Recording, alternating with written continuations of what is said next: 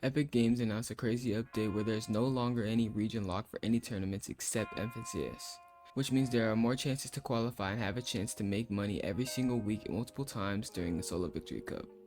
But with the recent changes to the point system, Epic Games has made it extremely harder to qualify, so I'm going to be showing you guys a full guide to qualify for your first or maybe one of your many Solo Victory Cups.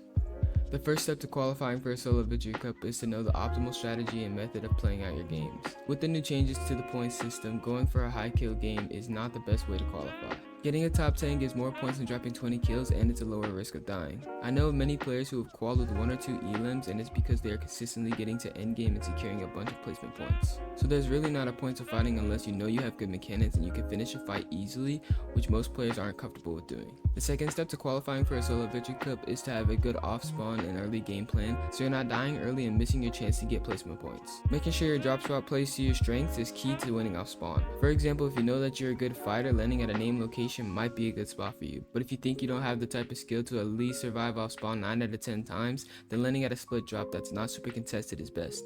But make sure your drop spot has a couple of different options just in case someone has a better drop than you, so you can avoid fighting in some situations. At the end of the day, you need to be the one to find your playstyle and work off that to find the best place for you to land. Now the next step is knowing how and when to take and approach fights.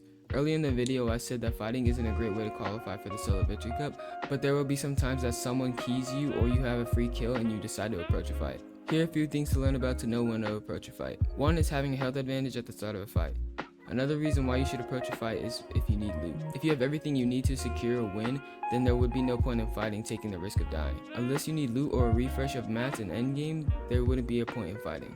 Another simple tip is to get stacked on loot for endgame before the mid-game starts. You don't want to be caught out in the open trying to farm metal in the mid-game. It's just going to lead to you dying and missing out on qualifying. The next step is what to do in the mid-game. When you get stacked on loot and you have everything you need to secure the win, I recommend sitting in a bush up until endgame so you don't have to waste any of your utility, mats, or heals. If you are not a very good fighter, this is a very good way to avoid fights. But pro players also use this strategy sometimes, so don't be ashamed to sit in the bush for the majority of the game. This is leading to my next point, which is rotating late in mid-game. This will help you avoid so many fights because you are letting everyone into zone first, so you have a free rotate into the edge of zone. At this point, you guys should be getting into the half and half zones, and my tip for this is to rotate early into dead side of the zone. If you don't know what dead side is, it's an area of the map with the least amount of people. Getting to dead side early once half and half zones start can lead to you getting free kills while people are trying to rotate into zone.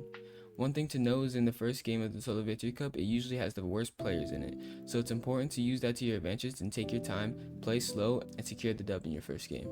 Going into moving zones, people are always confused why they keep dying in endgame, and that's because you are not timing your rotates right. When you rotate in endgame, the best thing to do is use your visual audio to see where other players are.